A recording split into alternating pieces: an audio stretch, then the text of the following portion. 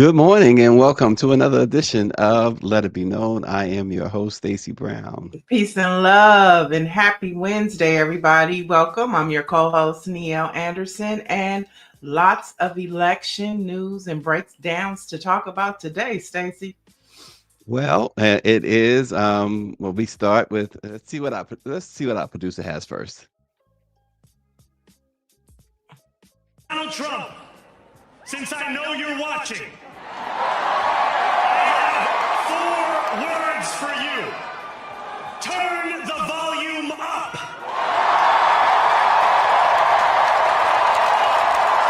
We are breathing in the air of a city that has been reborn. I am young, despite my best efforts to grow older. I am Muslim. I am a democratic socialist. And most damning of all, I refuse to apologize for any of this. New York will remain a city of immigrants, a city built by immigrants, powered by immigrants, and as of tonight, led by an immigrant. So hear me, President Trump, when I say this. To get to any of us, you will have to get through all of us.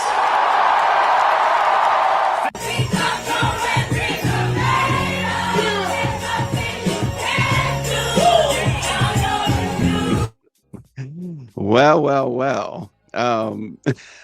It was. Go ahead, Greer. I'm sorry, I gotta jump in here. I gotta say something with this one, okay? Because I got a testimony. I saw Niele out in the street last night with those young people. They were around the corner. One of the most inspiring things that I saw last night was when my daughter FaceTimed me, just happy because she was a part of this change that we're seeing right now. And now, it's not over. It's about to get ugly. But she was a part of this, right? Mm-hmm.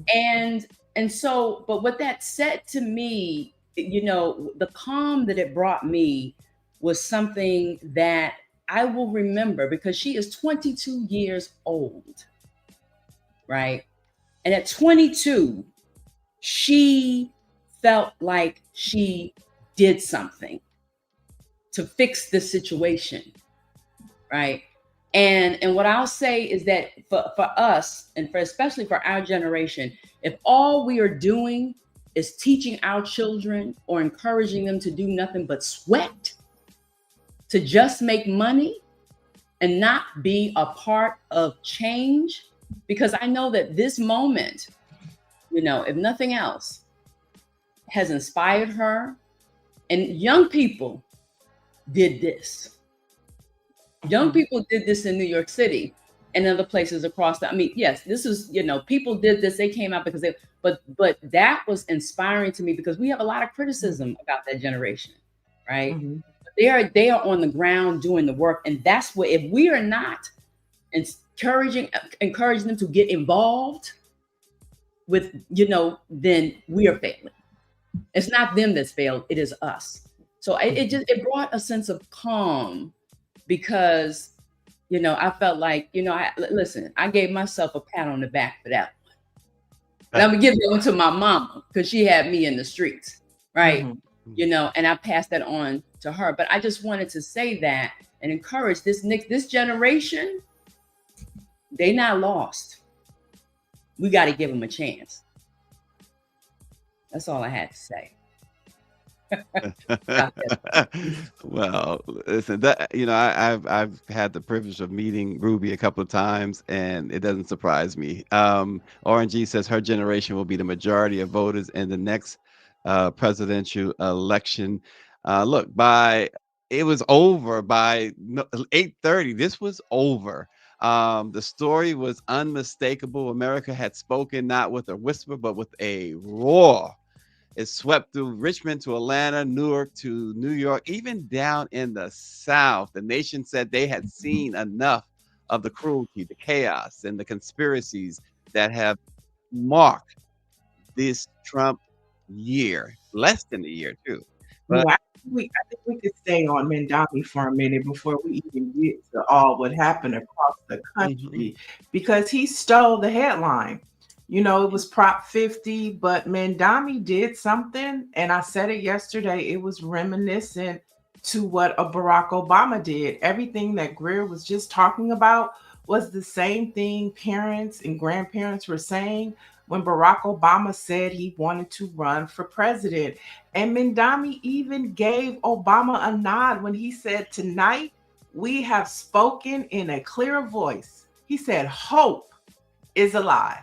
That was a nod to Barack Obama because he had the audacity to hope that he could bring change. Mindami is totally reminiscent of that.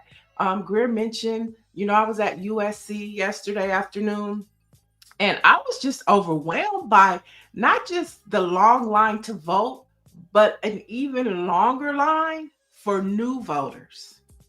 And so Mendami gives them the hope that they need. I think what Gavin Newsom did is critical in Prop 50, and we'll get into that. But yesterday's election belonged to Zoran Mendami. well, there were people who said they would leave New York, and I saw some great memes about that people saying that they will direct traffic for people to leave New York if they want to leave. But um, as Greer mentioned too, the one of the tidbits she mentioned is there's going to be some hard times now.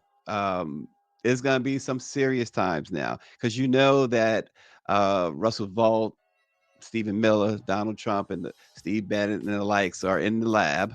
They are going to attack New York like never before. I'm pretty sure Mamdami, gosh, I usually say his name right. And I'm pretty sure Governor Hochul, and they're prepared and have been preparing, unlike so many other people who don't prepare. But let me not get into that. But they've been preparing, and it's going to be interesting. You know, he's going to unleash things on New York. He's already threatening to withhold funding from New York, federal funding for certain things that the federal government usually provides to cities. Um, it's going to be problems in New York. Yeah, but until we get to those problems, let's talk about some of the other Yeah, we got those successful problems wins. now. Let's What do talk you about mean the until we other get to those? successful wins Oh that my happened gosh. yesterday with election night. We have Atlanta Mayor Andrew Dickens Oh, takes an we can't. easy. We can't just gloss over things though. We can't just gloss over stuff. Well, I mean, we had a historic election Yeah, yesterday. okay, it's like, but the thing is, okay, but we have to be realistic. We have to be realistic about stuff. It's not a downer. It's the facts. The fight is just begun. It's not won. Okay. And but yeah, but I was getting it. Okay, go ahead. Go ahead. No, I was just talking about, you know, there is going to be a fight, but Mhm. yesterday's victories is going to help hold the line. The individuals that were elected into office yesterday, they're going to be the ones to be the front line for the fight. Mhm. And so, I mean, like, you know, Andrew Dickens in Atlanta, you know, that water denial of shut off and no evictions until January 31st. I think that Mhm. helped push him over the limit. He won by 86%. Mhm. Then we have historic Mary Sheffield becomes Detroit's first woman mayor. Okay. Let's go to Georgia, back to Georgia, where Dems win All of that first. was my stuff. I mean, golly. Go Uh, ahead. Sherry Owens, the first Black mayor of Syracuse. Dorsey Aprelis, the first Black mayor of Mhm. Albany. Majority of California, 62% say yes to Prop 50. Christian Menifee and Amanda Edwards head to a runoff in Texas 18th congressional district. How about Alvin Bragg, who prosecuted Donald Trump? He Mhm. wins re-election. We talked about Mendami, But there, Michelle Wu elected the second term as Boston mayor. I mean, the list goes on and on. Vile Lyles, reelected mayor of Charlotte, North Carolina. You have Leo Williams, a millennial, reelected as mayor of Durham. You have Barbara Middleton, reelected mayor of North Carolina. Irvin Allen, elected Greensboro, North Carolina City Council at Large, millennial. Kim Thomas, reelected mayor of Richmond Heights, Ohio. Sam Foster, a millennial, elected mayor of Marietta. How about Quentin Hart, reelected mayor of Waterloo, Iowa? Beverly Burks, reelected mayor of Clarkston, Georgia. I mean, the list goes on and on. And so that's what I'm saying to your response of what Donald Trump is going to do. People were elected yesterday on state and local levels to hold the front line. So that was my response to what you were saying, Stacy. There is hope, like Mandami said. I will add, only thing I will add from that point is that for those who claim that Black voters have abandoned the Democratic Party, they were totally rebuked. That argument went out the window yesterday, especially in New York, but other places too. But in New York, since we were talking about Mamdani, exit polling showed that he was up by plus 26 with Black voters, just plus 4 with Asians, but plus 20 with Hispanics. Of course, he was minus 14 with white folks. Mikey Sherrill had 91% of the Black vote in New Jersey and 64% of the Hispanic vote. Prop 50 we'll get to, but Black folks did indeed, based on exit poll and turnout, for Prop 50 as well. But to say that, and we've had folks in our chat who claim to be certain kinds of Black folks who said that Black folks had abandoned the Democratic Party. They didn't show that yesterday at all. Last night, Black folks turned up. And I was one of those Black folks that voted and turned up.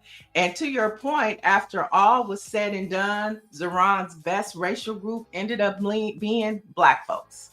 91%. Black folks were the ones that showed up for him. Not 91. I'm sorry, not 91%. It was something like 80-something%, but still, it was big. Yeah, for sure. Now, Jersey's governor's race, Mikey Sorrell, she got 91% of the Black vote. And then Orangey says you had to be high as the moon to vote for the Black lady in Virginia. You gonna make me choke, Orange. She was upset because Abigail Spanberger, the winner, did not return her messages. I wouldn't return her messages either. This woman is, as RG said, she is crazy.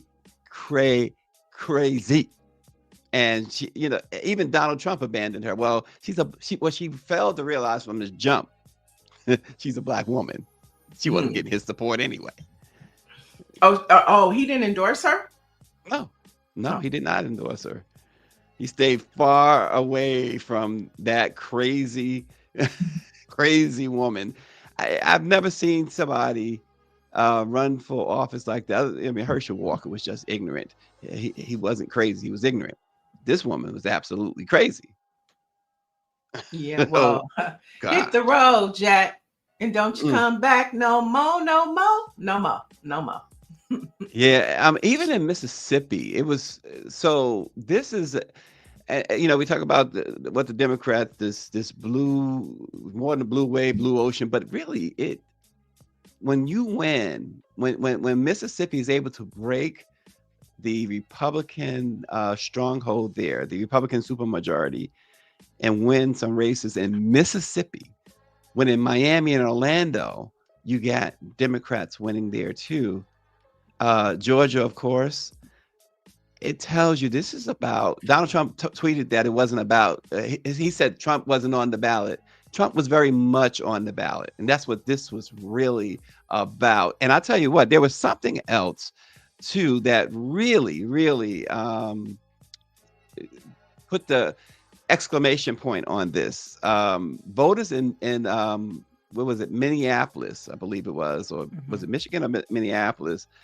Colorado, I'm sorry. Voters in Colorado approved the ballot measure that would raise state income taxes on higher earning households to do what? To fund free meals for all public school students. That to me is a period exclamation point on this is all about. This election was all about Donald Trump.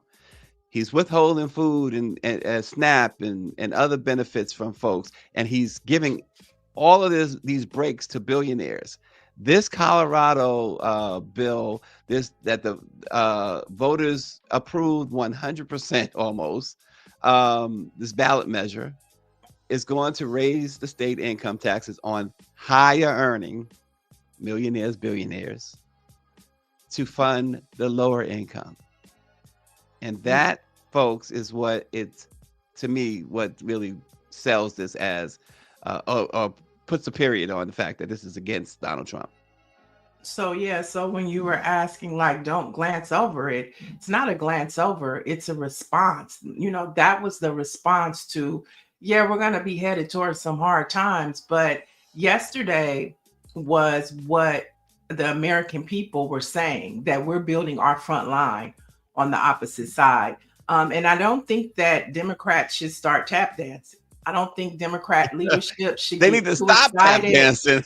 They need to really, pay attention to where this wasn't about Democrats winning. This was about resisting Donald Trump.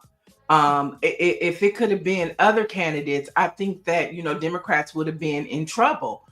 So they really need to read the temperature. I saw Hakeem Jeffries, celebrating. This wasn't really a celebration for Democrats. He didn't even support Mendami until the ninth inning. Until he This was realized Mandami about was going to this win. Let's was face it. about this was about Let's this was face it. about people resisting Donald Trump. No party affiliation needed. And as Orange G said, he said, listen, black people all show up. It is the white people who have to get their feelings hurt in order to get off their butt. It's true. They got their feelings hurt.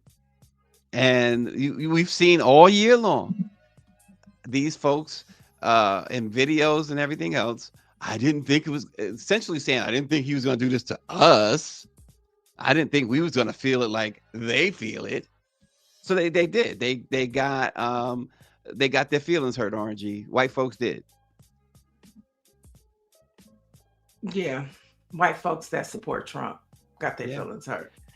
And Claudette Perry says Trump said last week that he is closing down all Democratic programs. He seems to think that feeding people through SNAP and helping through other federal programs are Democratic programs. That tells you how ignorant that so and so is. Right, and that's what I mean by the Colorado ballot measure that passed there.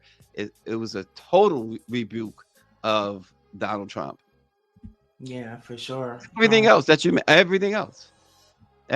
you mentioned is, and you're Yeah. right. You're 100% right. This is more of we're tired of Donald Trump than it is we're for Democrats. Right. Yeah, totally. And so I hope that they, because Democrats are taking credit for this and talking about they hit the college campuses and they, heated conversation last night with somebody from the party. And I'm like, yeah, congratulations to Democrats, but don't take credit for something that people are pissed off about. We're Right. just sick and tired of being sick and tired. Here we go. In the words of Fannie Lou Hamer, we are.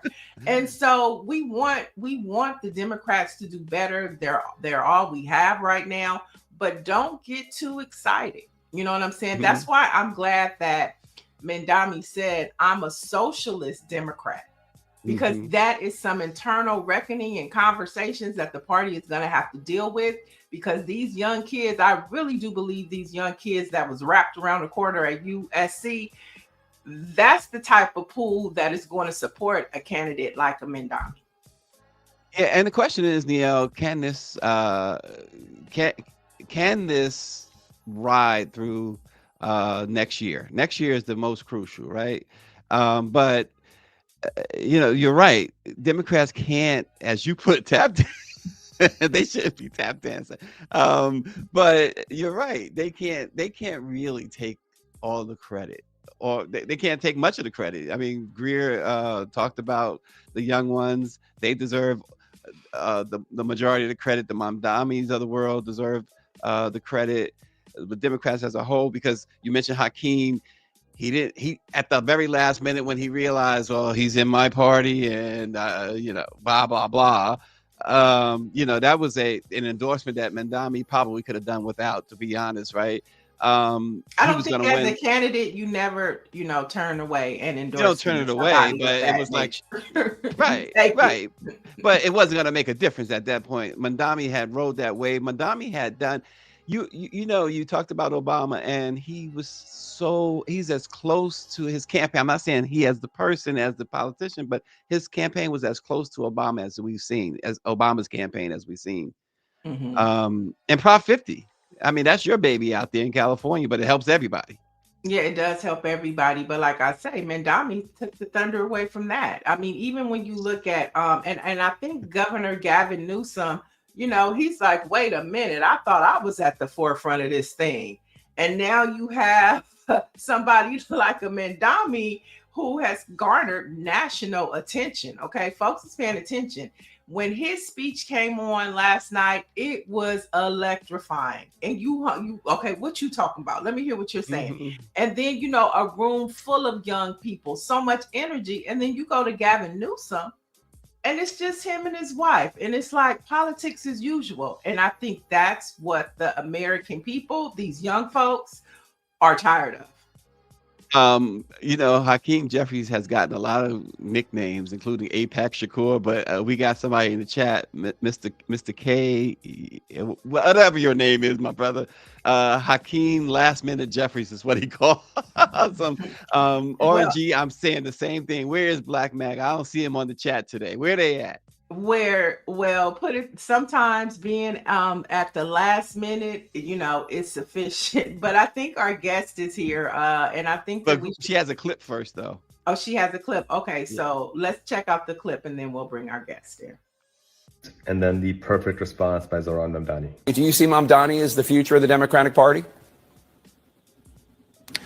No, I think the future of the Democratic Party is going to fall, as far as we're concerned, relative to the House Democratic Caucus and members who are doing a great work all across the country as it relates to our need to both take back control of the House, but in doing so, make sure that we're communicating to the American people like, we understand you deserve better. And Mm. The All future of the right. Democratic Party. He said no. Good to know. Do you have a response? No, I'm focused on the next two. There we have it. All right. Let it be known, family. Joining us now, a state representative, Karen D. Camper. She leads the Black Legislative Leaders Network, and she's Tennessee's first African-American woman to lead a caucus in the state's General Assembly. Welcome, Representative Camper. Yes, you have to come off mute, Representative Camper. Good morning, everybody. Thank you for having me. Uh-oh. Yes. So yesterday we were talking about a blue wave. What's your response to the election results? Well, I'm excited about it. I think it's a sign of where we are in our country right now.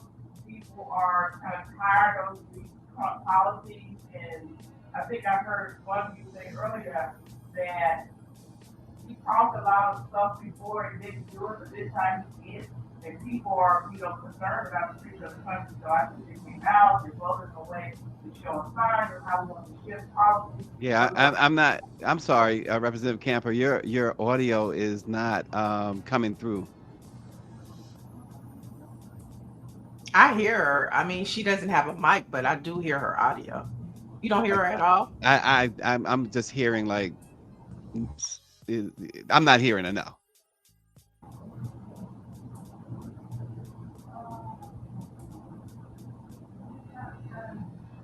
Yeah, maybe we maybe Representative Camper, can you maybe go out and come back in? I'll do that, yes. That would be awesome. Yeah, I don't think, yeah, Greer wasn't picking her up either, Niele. And yeah, audience is not picking her up. Dr. Marilyn says she can't hear either.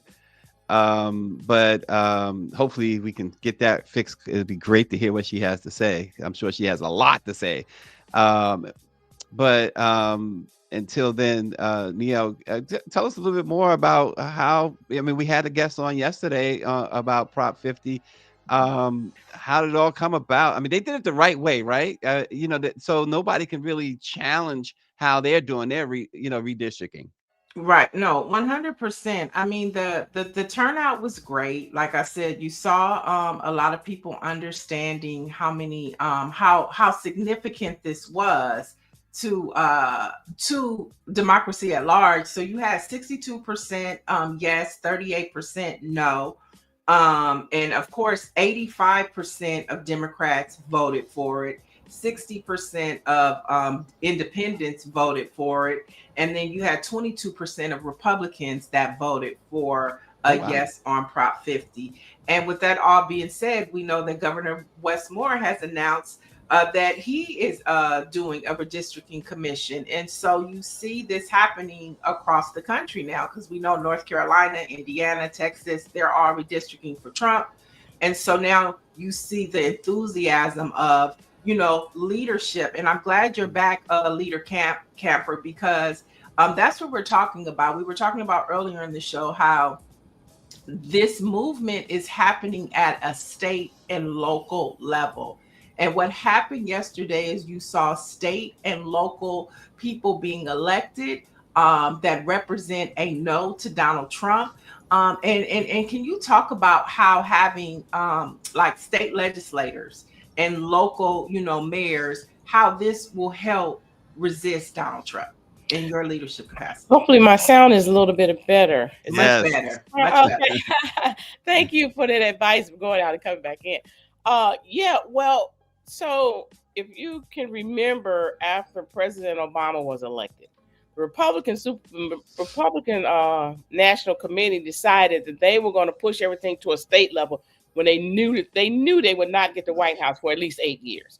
So they started pushing their agenda to the state level, which is fine because again, politics are local. So what I believe is true is now that this current administration is doing the same in terms of funding of how he's cut stuff at the federal level. It is empowering state legislators. It is empowering people in local communities to say, wait a minute, this is my government. I do have a voice, because before people would just say, oh, that's the federal government. It doesn't matter to me. It won't affect my life anyway.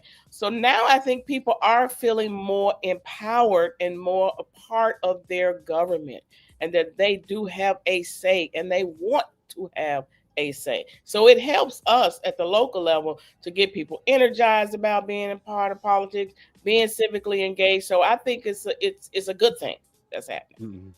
We were Representative Camper, Leader Camper. We were talking about this blue wave, if you will, blue ocean, as some described it. But one of the things, and Niele mentioned this, and I totally agree, is that Democrats can't necessarily take the credit here. It's really people who are rebuking and puking about what they're seeing. I mean, what is your view on that? I actually think it's a little of both, to be honest with you. I think people are, as I was saying before, recognizing what President Trump is all about. And that before he talked a lot of rhetoric and maybe didn't move on it, but he is moving on the rhetoric. He is moving on it. He is doing things that are very on the edge of what some people say, taking away our democracy. People get scared. And now with, the closure of government, which they've already said they don't like government anyway. They've had those, they've taken people out, they have no respect for it. So I think a lot of it is that. But I also think that the messaging that Democrats have right now in terms of real world issues for people in their home, at their kitchen table, at the grocery store, filling up my tank, that message is resonating with people. So I think it's kind of a combination of both. I'm not going to give full credit to either, but I do feel that with this wave, we can learn from it. Mhm. We can learn what worked. We can go and talk to people, which I'm a big proponent of. Talking to people and understanding where are they in their life and what is it we can do to help you and look at your concerns, because believe me, you're not the only one. There are a lot of people who feel the way that you do. So once you get and talk to people and recognize what they're going through and you start to build policy around it, I think that's what moves people. And I think a lot of that is happening right now in our country. As a state legislator that leads Tennessee, the conversation about SNAP is going back and forth. Even within the White House, you have the press secretary saying we're going to get partial payments, and then you have Trump tweeting, no, nobody's getting anything. So, how is Tennessee dealing with making sure, as the holiday season approaches us, that your constituents are going to receive the resources that they need to survive? Is there any plan within the state legislators to provide SNAP? How are you guys handling that? Well, our governor has jumped on the Trump bandwagon, has come with the same rhetoric that you're hearing from federal government. Schumer led, da da da da, Democrat led, da da da. And I'm saying, well, if you allow one man to lead you to a place you don't want to go, then that's a problem. And I tried to have this conversation with the governor here, but he is on the same kind of mindset.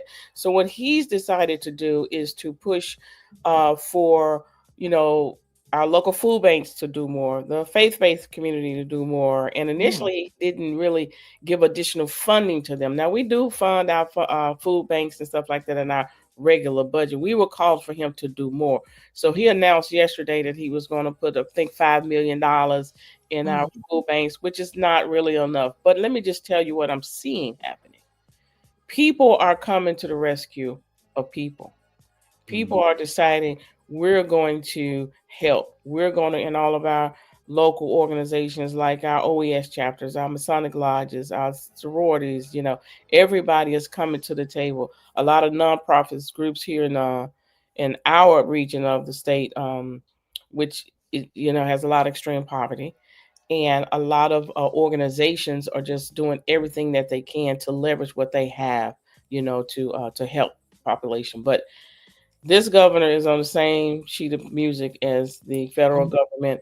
And, we've had our leadership call for a special session. We've said, hey, there's something, do like Louisiana, do an executive decision and declare a state of emergency, which would allow him to do more. But he's resistant. He really don't want to do more. And neither does the Republican leader or the Republican caucus chairman. I talked to them last week. They're following the same rhetoric that's coming from the federal level. You said same sheet of music. I guarantee it's not a hit record, right? It's not a hit record. Maybe after last night things have changed here in Tennessee. We've been urging him. Well, I mean, both our caucus put out a joint statement again yesterday. Urging him to do more, urging him to bring us. Our rainy day fund is at $2.2 billion right now, which is about 9% of our budget, which is, if you look at where quote unquote Wall Street say you should be, we're doing very good. 8% is what they're saying. And this governor is trying to get to 10%. We're at 9% now. There are funding available. Additionally, what I recommended to him, if you don't want to come into a special session, you don't want to tap into the rainy day fund, there are some discretionary funds across all departments. I mean, we got TANF that can do more. We got so many dollars out there where we can pull together in an all hands on deck scenario and help. But he don't want to do it. Of course not. Let me ask you this: with again, we're talking about this blue wave, but on the federal level, does it inspire in you any confidence that Republicans in the House are now going to be a little bit more afraid, and they may be more willing now to say, let's try and put it into this shutdown. Let's try and do what's right here and give folks back their paychecks, give folks back their SNAP. Does that what happened last night inspire any confidence that might happen? I don't know. I would hope so. I think our politics have gotten so polarized and so politicized, because I don't think SNAP should be a political issue, Right. but they politicize the issue. And oftentimes, when you go down this road of politicization, people don't want to stop. They want to keep going. They don't want to compromise. It becomes a dirty word. But Even I out do. of fear, I'm sorry, even out Go of ahead. fear of what happens next, what could happen to these Republicans on the Hill I, next year. I think yes, because I think they're going to start strategizing now on what to do to counter that. That's why, you know what I'm saying, it gives them time. I'm hoping that's not the case. I hope that there are some. I mean, well, we look at Fetterman. I'm upset with him. Oh gosh, If we're gonna another Joe Manchin. yeah, if you're gonna talk about what the Republicans may or may not do, let's let our own do what is right. Okay. Right. So maybe that's a message to him. And maybe with that, some of the moderates, can come together and say, hey, guys, look, let's get to the table. Let's talk. But they don't. I'm just telling you, anything that's related to Obama, they want to get rid of it. Yeah. And they just don't like, quote unquote, Obamacare, even though their people love it and use it and need it. So I don't have a sense of it right now. I think we got to dig into. I have a guy to dig into the numbers, and he kind of digs a little deeper below the surface. I'd like to hear from him what he thought he heard in the analysis of the voters that did turn out based on who these voters are that participated this time. I mean, Tennessee, federal workers are impacted in Tennessee. Your airports are impacted. Another story that, Donald Trump kind of throws something out there and then we don't hear about it again until maybe 4 o'clock in the morning, 4 weeks later. And one of those things, we're sending the National Guard to Memphis, Tennessee. Where is that situation at right now? Is the National Guard there? I mean, is ICE there? What is happening in Memphis right now, and how are you guys handling that? Yes, and yes. He said it. They did. They're here. Our governor obviously supported it initially back in August. He was not kind of like, no, but now he's like, yeah. I think, similarly to how President Trump functions with threats and I'll withhold your funding, I'll do all these things. In this past year's budget, we had appropriated $100 million for crime safety, crime prevention, safety, etc., which preponderance of it was coming to Memphis. And there's another pot, about $75 million, to help reduce crime and etc., etc. I think this governor probably used that to say to this mayor, okay, we can withhold these funds, or you could get on board with us coming to Memphis. Oh, wow. And this mayor, has said, I don't want, he's not with it. He's not with it, but he understands what could possibly happen. Now, so we have a county mayor, we have a city mayor. Both are against them being here. But what the city mayor has done is try to say, at least those that come, let them be a representation of the population that we need to help us move our city forward. Meaning, if you have military police who can help us in our crimes, in our economic crimes unit, let's get that population, because the National Guard is a reflection of the population. So he was trying to be strategic in the type of people within the Guard that comes. On the county side, they filed a lawsuit. Like, no, this is not right. It's unconstitutional. It's against Tennessee, Constitution. That lawsuit is being heard now in court. So we have to see how that lawsuit comes out. So one is trying to make it work based on what has happened, and the other has filed a lawsuit. And the people are kind of, the people are they want the safety task force. It was just this National Guard presence that created this whole problem. But there are some people like, well, I if it's going to help, why not bring them? Then you got some like, what? This is no state of emergency. Why are they here? Right. Why are they walking down the street with our children with guns and stuff? So we got people on both sides of it. Wow. So what's the conversation today that you plan to really have with your fellow Democrats there in Tennessee about strategy? Well, this is the thing that I believe is true about our caucus, and then with any caucus, to be honest, we have people that have a tremendous amount of expertise and strengths. We're going to have to strategically use every strength that every member have. We talk about having a big tent. And in Tennessee, you actually need that big tent in order to move us out of this super minority that we're in. So everyone that have whatever relationships they have to bring them to the table. Whatever your expertise is, we have got to allow that member or those members to use it for the good of everybody. If you are a young Turk and we need you everywhere young Turks are, that's where we're sending you.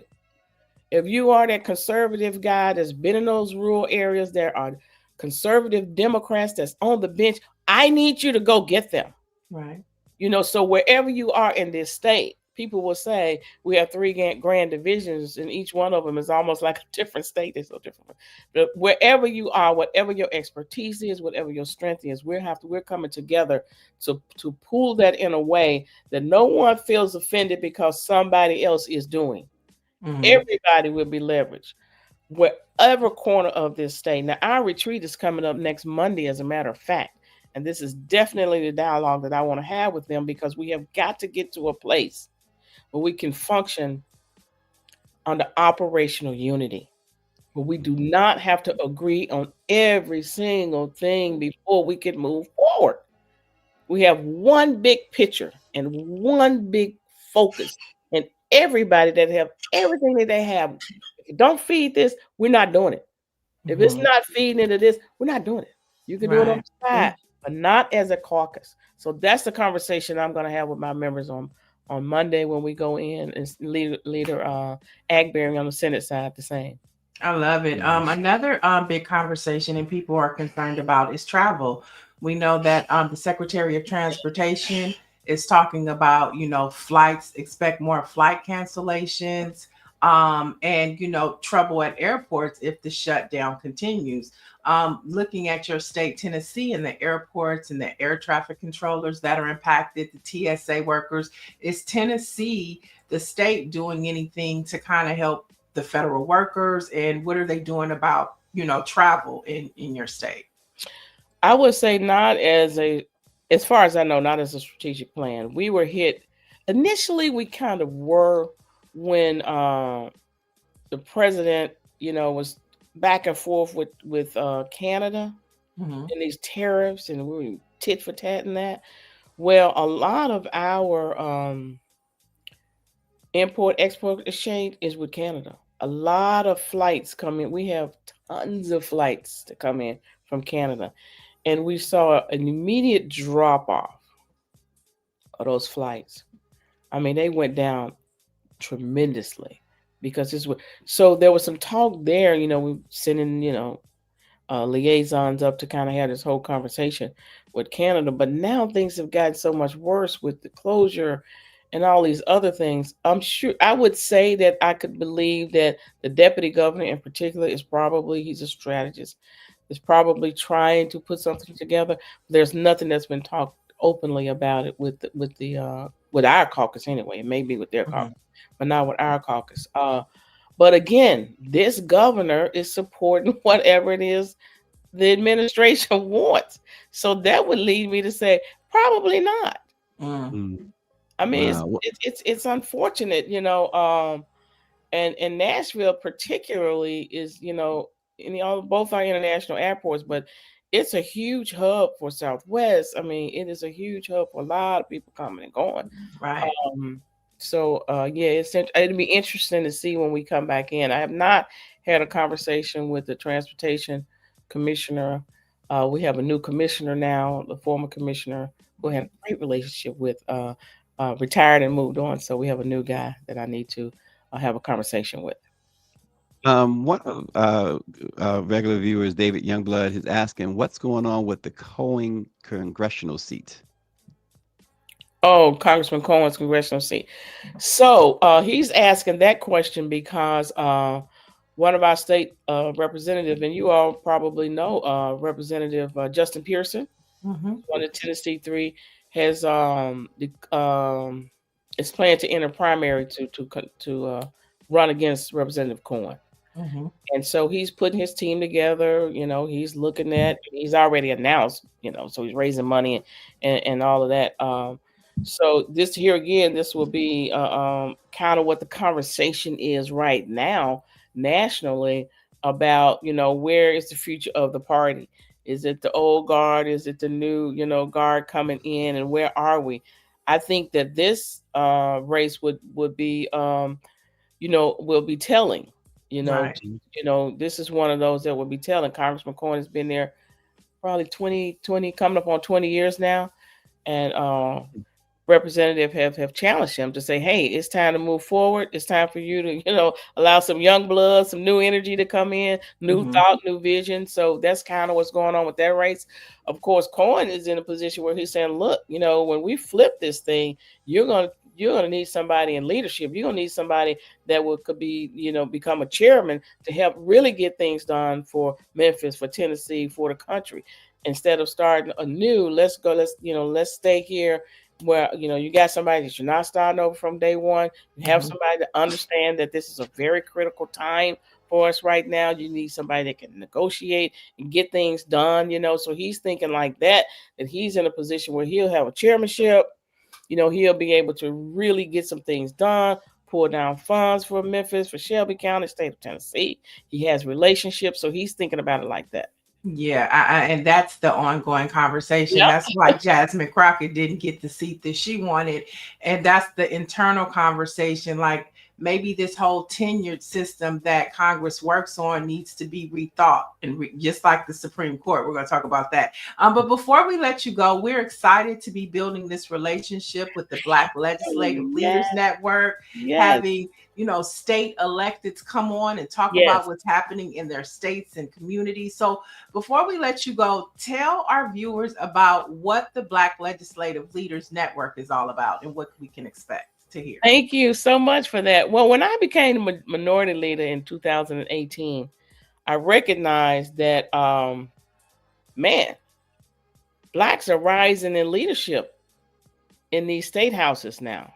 For a long time, we were not in leadership. We were there, Black Caucus, but we were not really in leadership in a major way. And so particularly in the red states, we're seeing that Blacks are rising in leadership. But there was no real network for just leaders. We have the National Black Caucus of State Legislators. That's all the Black legislators we do, and it's great. We have national organization, Black elected legislative women. I'm a former president, so I get it. But you need a place where leaders can come together and be groomed as leaders, to have a network where they can call each other and be a support for each other. So Jasper and I decided we would start the Leaders Network. We actually went to one organization to get them to just kind of maybe have a leg under them that did that. They didn't see it. So we said, well, we make our own. So we started the Black Legislative Leaders Network, and it's been going for about 5 years now, and it is phenomenal. When we started, we had 3 speakers, Black speakers.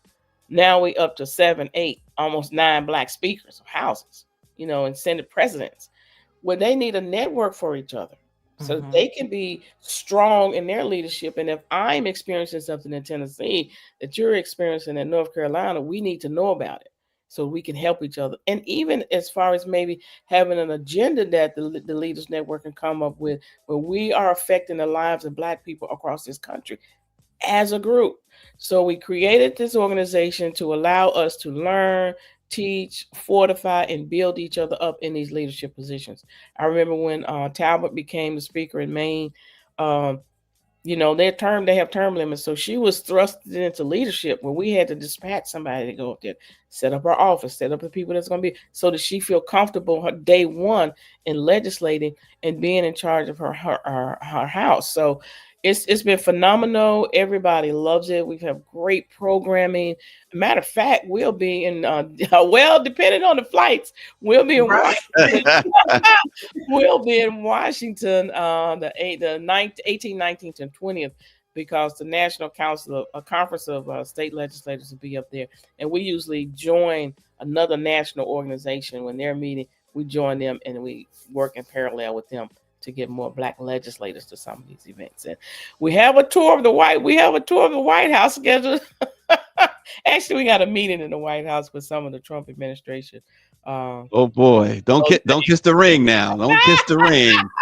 Can't wait to hear No, about that. we got to be able to say to these people, That's right. you have to have a conversation. They have to know it's real. You have to be, you can't be so that I'm not going because, no, I'm going because. Right. You can't say, when nobody told me, yes, somebody did.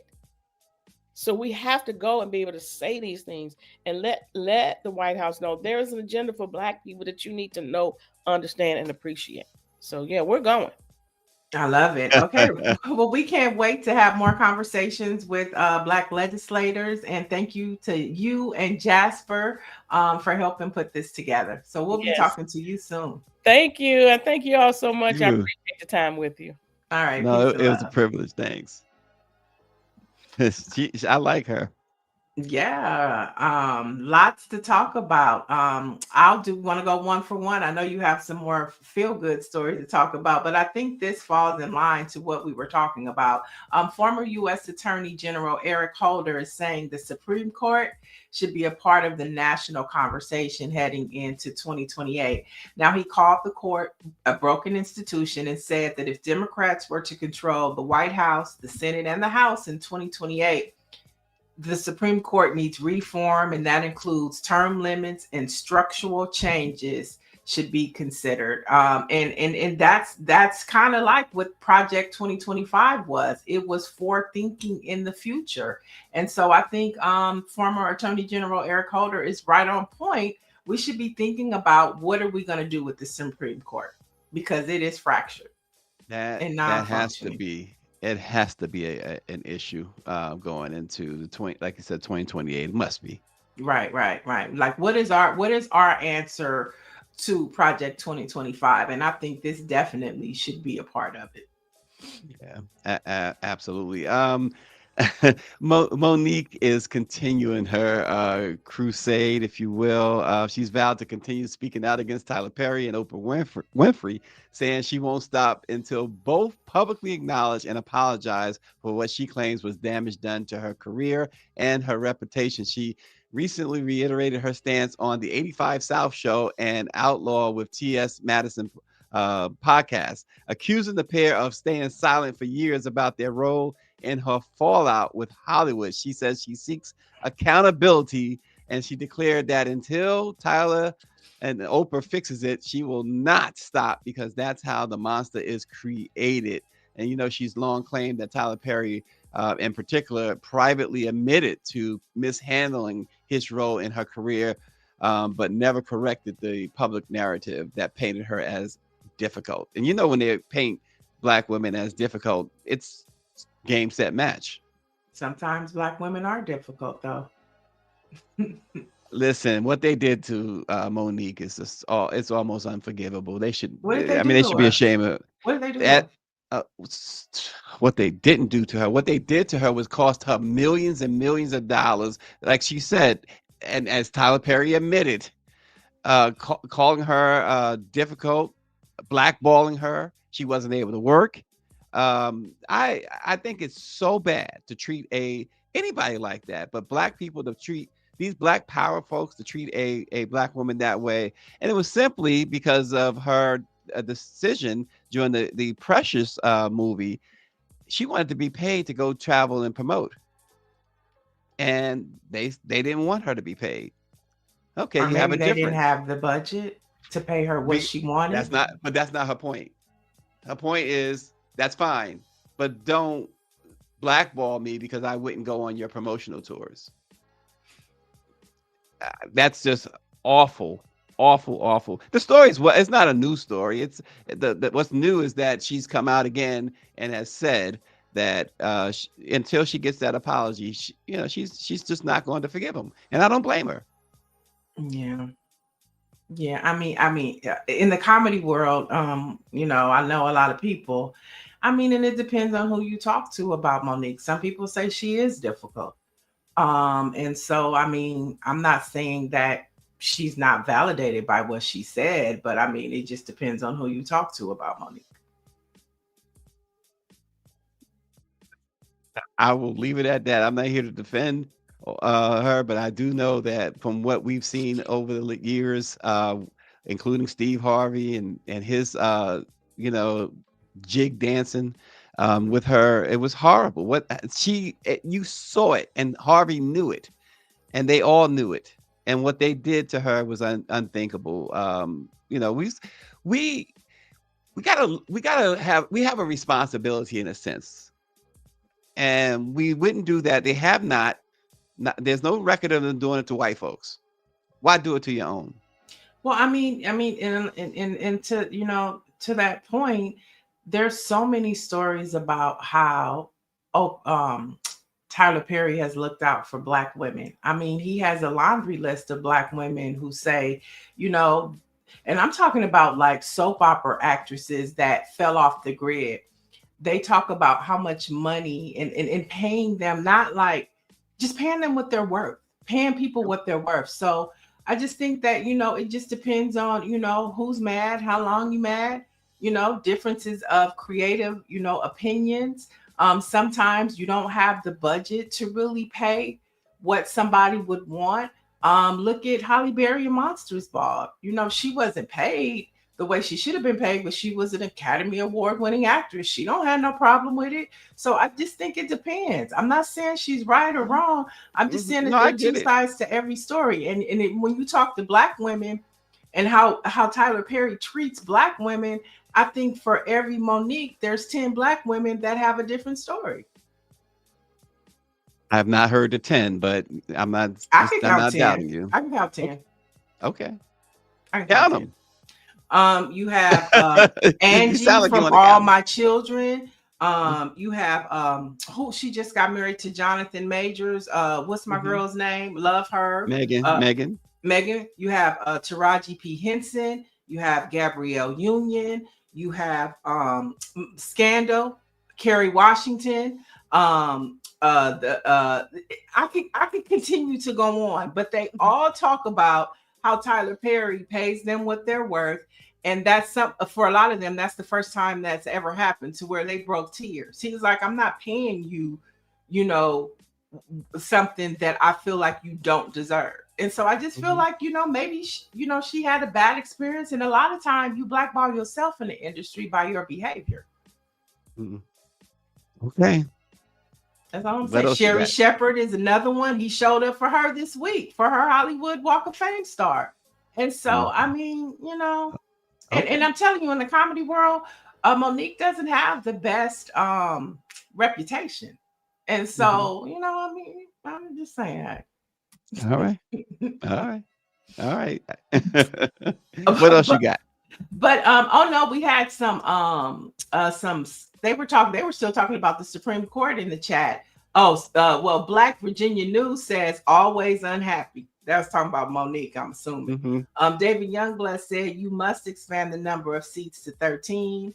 Black Virginia News says she's difficult and always has been. Michelle Carter says one thing you could say about Monique, she's consistent. Michael Carter. Michael Carter, yeah. And then so I mean you could go on and on about the situation. So I mean, yeah, you can. And listen, I don't think that there's a reason for Black folks to ban or to blackball other Black folks ever. However, I don't think she was blackballed though. I really don't. I think her behavior dictated what happened to her. Okay. Well, she believes she was, right? So I just don't. I think that if that's, let me say it that way. Then, if that's the case, then there's no explanation needed. There's no excuses for that. Is what I'm saying. No excuses. I've heard the same things. I've heard Monique being very difficult, but I've also heard that what she is saying is true. And like I said, Tyler Perry did admit that he did that to her. He did admit it. Oprah has not, but Tyler has. So what more does she want from him? Well, he didn't publicly admit it. So there you go. We know about it. We know about it. Yeah. Listen, if I was in her position, I'd probably be bitter too. So I mean, they call it whatever the situation, whether it was her attitude with them or their attitude with her, it cost her millions of dollars. So I'd be bitter too. So I'm not taking that away from Monique. But to your point, there are people who find her difficult to deal with and won't deal with her. Yeah. So I think she's touring. She's still touring. She's gone on tour with Cat Williams. So she's out there making her money on the comedy scene for sure. But just a couple of HBCU headlines. Our ally, Mackenzie Scott, has done it again. She gifted Howard University $63 million to the whole school and $17 million for its rare HBCU-based medical school, which brings Scott's total to over $3 million in recent weeks. 300 million in recent weeks alone. Now that's what you call an ally. Somebody posted about this. Somebody said, "Man, she really hates Jeff Bezos." Because the moment she broke free from him, she's like, "Okay, I'm gonna show you something. I'm gonna show you how we're supposed to treat people, Black folks." Yeah, and the parallel of watching him and his wife travel all around the country and dropping these. I'm getting rid of 100,000 jobs and using robots. And exactly. She's constantly showing charity. It's interesting. And then in more HBCU news, Snoop Dogg is really trying to make amends with the queer community. He has partnered with GLAAD to bring HIV awareness to HBCU campuses. His first stop was Jackson State University, and he told the students, "A disease shows no prejudice. The best thing you could do is get protected and find more information." And we know, he caught a lot of flack for taking his grandchild to see a movie, and it had two mothers in it, and he said something. But ever since then, he has partnered up with GLAAD, and he's like, "I'm all about the queer community. I'm gonna put it in my cartoons. I love y'all. I didn't mean no harm." Snoop doing the biggest retreat in the history of retreating. That dude. Oh my! And getting paid. And getting paid. I'm getting paid to do it. Okay. Oh gosh! Yeah, he has a show in which he's a judge or something. Something came across my. Is it The Netflix Voice? Is he still on The Voice? I have no idea. No, he like a courtroom judge. Oh, Snoop has 100 jobs. I don't know. He must have more hours in the day than we do. Yeah, like that kid. What's his name? Ryan Seacrest, right? Be flying coast to coast to do all that other stuff. Tom Joyner. Tom Joyner used to do it Joyner's too. He used to fly from Texas to Chicago every day. The fly job, it's possible. So, and last but not least, tonight is the Beaver full moon. It's the largest and brightest supermoon of the year. So if you want to catch it, it's happening tonight. So the Beaver full moon. The wonders of creation. I love it. Michael Carter says, "I love how Mackenzie Scott is trolling Jeff Bezos as he cozying up to Trump and the deplorables." Absolutely. She, again, can't say enough about the statements she's been making. With her, somebody said, and this is something, Niele, somebody said, allyship and reparations. That's what this is, a one person reparations crusade, huh? Love it. I love it. The evolution of reparations is no longer 40 acres and a mule.